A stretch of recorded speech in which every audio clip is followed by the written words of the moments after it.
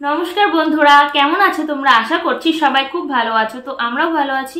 তো আমি পিয়ালি চলে এলাম নতুন দিন নতুন একটা ব্লগ নিয়ে। তো আজকে আমি তোমাদেরকে শেয়ার করব একাদশীর মাহাত্ম্য। তো কালকে হচ্ছে জয়া বা ভৈমী একাদশী। তো এই ভৈমী একাদশী অনেকেই করে থাকে, অনেকে বছরের সব কয়টা একাদশী করতে পারে না, কিন্তু অনেকে বলে এটা ভীম একাদশী, কিন্তু এর আসল নাম হলো ভৈমী একাদশী।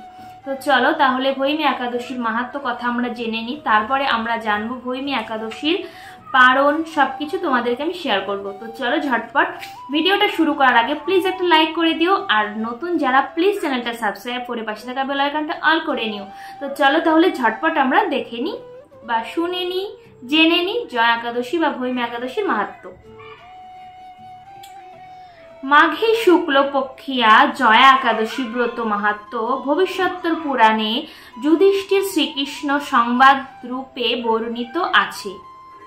শ্রী গুরুর পুরাণে মাঘ মাসের শুক্লপক্ষিয়া একাদশী তিথিকে ভৈমী একাদশী নামে অভিহিত করা হয়।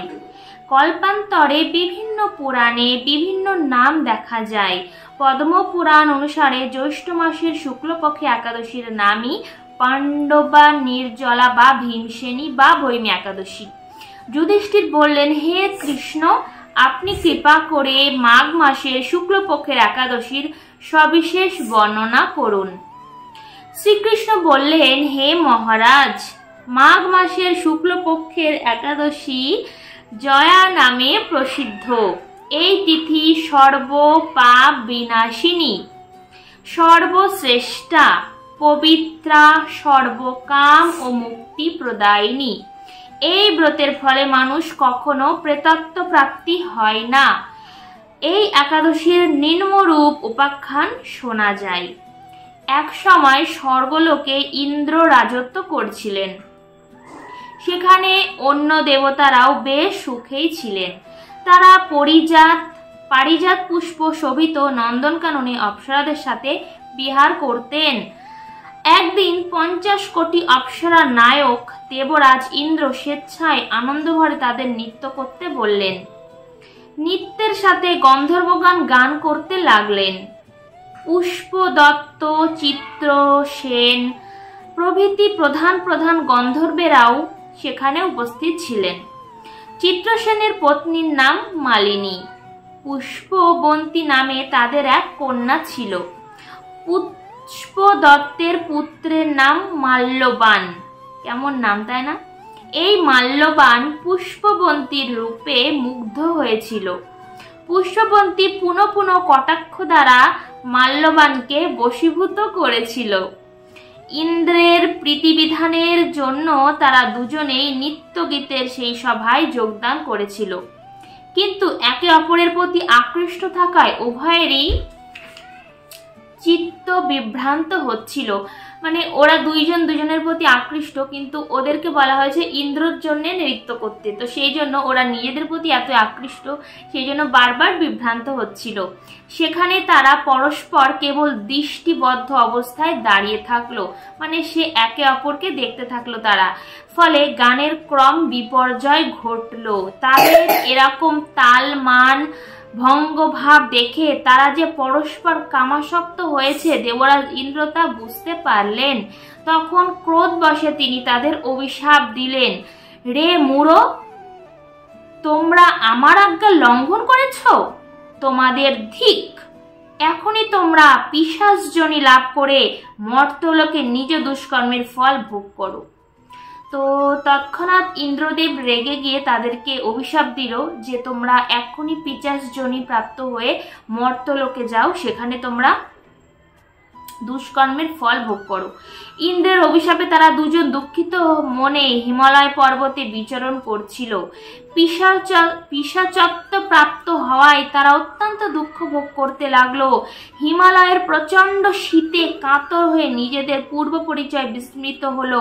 এইভাবে অতি কষ্টে সেখানে দিন যাপন করতে লাগলো। একদিন পিশাচ নিজ পত্নী পিশাচিকে বলল, সামান্য মাত্র পাপ করিনি, অথচ নরক যন্ত্রণার মতো পিশাচত্ব প্রাপ্ত হয়েছি। অতএব এখন থেকে আর কখনো কোনো পাপ কর্ম করব না। এইভাবে চিন্তা করে তারা সেই পর্বতে মৃত প্রায় বাস করতে লাগলো। মাল্যবান ও পুষ্পবন্তীর পূর্ব কোনো পূর্ণবশত সেই সময় মাঘের শুক্লপক্ষিয়া জয়া একাদশী তিথি উপস্থিত হলো। তারা একটি অশ্বত্থ বৃক্ষতলে নিরাহারে নির্জল অবস্থায় দিবানিশি যাপন করলো। শীতের প্রকোপে অনিদ্রায় রাত্রি অতিবাহিত হলো। পরদিন সূর্যোদয়ে দ্বাদশী তিথি উপস্থিত হলো। জয়া একাদশীর দিন অনাহার ও রাত্রি জাগরণে তাদের ভক্তির অনুষ্ঠান পালিত হলো। এই ব্রত পালনের ফলে ভগবান বিষ্ণুর কৃপায় তাদের পিশাচত্ব দূর হলো। তারা দুজনেই তাদের পূর্ব রূপ ফিরে পেল। তারপর তারা স্বর্গে ফিরে গেল। দেবরাজ তাদেরকে দেখে অত্যন্ত আশ্চর্য হলেন। তিনি জিজ্ঞাসা করলেন, কোন পুণ্য ফলে তোমাদের পিশাচত্ব দূর হলো? আমার অভিশাপ থেকে কে তোমাদের মুক্ত করলো? মাল্যবান বলল, হে প্রভু, ভগবান বাসুদেবের কৃপায় জয়া একাদশী ব্রতের পূর্ণ প্রভাবে আমাদের পিশাচত্ব দূর হয়েছে। তাদের কথা শুনে দেবরাজ ইন্দ্র বললেন, হে মাল্যবান, তোমরা এখন থেকে আবার অমৃত পান করো। একাদশী ব্রতে যারা আসক্ত এবং যারা কৃষ্ণ ভক্তি পরায়ণ তারা আমাদেরই পূজ্য বলে জানবে। এই দেবলোকে তুমি পুষ্পবন্তীর সাথে সুখে বাস করো। হে মহারাজ, এই জয়াব্রত ব্রহ্মহত্যাজনিত পাপকেও বিনাশ করে। এই ব্রত পালনে সমস্ত প্রকার দানের ফল লাভ হয়। সকল যজ্ঞ ও তীর্থের পূর্ণ ফল এই একাদশী প্রভাবে আপনা হতেই লাভ হয়ে যায়। অবশেষে মহানন্দে অনন্তকাল বৈকুণ্ঠ বাস হয়। এই জয়া একাদশী ব্রত কথা পাঠ ও শ্রবণে অগ্নিষ্টম যজ্ঞের ফল পাওয়া যায়। হরে কৃষ্ণ। তো আমার তো খুব ভালো লাগলো, তোমাদের কেমন লাগলো? তাহলে দেখলে যে এখন প্রায় দেখা যায় যে আমি বলতে চাই না, কিছু কিছু মানে এটা তো কলিযুগের 5000 বছর অতিক্রান্ত হয়েছে। আর যে 5000 বছর আছে সেই 5000 বছর হলো গোল্ডেন যুগ। এটা ভাগবতমে আছে, ভগবদ গীতায় ভগবান বলেছেন যে এই 10,000 বছরে ভগবানের নাম সবাই করবে, ভগবানের সবকিছু করবে, সমান সমান পাপও থাকবে, ভগবানকেও সবাই ভজনা করবে। কিন্তু যখন এই 10,000 বছর অতিক্রান্ত হয়ে যাবে তারপর থেকেই শুরু হবে ঘোর কলি। তখন কেউ ভগবানকে মানবে না, শুনবে না। এটা কিন্তু আমার মুখের কথা নয়, এটা ভাগবতমে আছে। ভগবান নিজে বলেছেন, ভবিষ্যৎবাণী ভগবানের, আর সেটা তো সত্যি সত্যি হবে। কলিযুগ শেষ হবে, আবার সত্যযুগ শুরু হবে।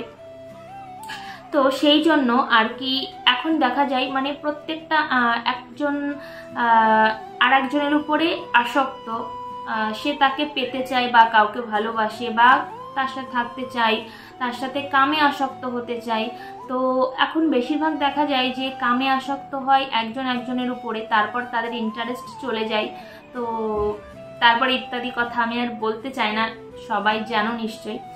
তো একাদশীর মাহাত্ম্য কথা তো তোমরা জানলে। তো কালকে একাদশী, আর তারপরের দিন হচ্ছে একাদশীর পারণ, আর সেই দিন আছে বরাহ দেবের আবির্ভাব তিথি দ্বাদশীর দিন। তো তোমরা অনেকেই একাদশী যদি করো তাহলে বরাহ দেবের আবির্ভাব তিথিটাও করতে পারো। একদানা ভগবানকে অন্ন শস্য যা কিছু লাগাও সেটা একদানা গ্রহণ করে দুপুর 12টা পর্যন্ত উপবাস থাকতে পারো বরাহ দেবের আবির্ভাবের তিথি মানতে চাইলে, যদি কেউ মানতে চাও তাহলে।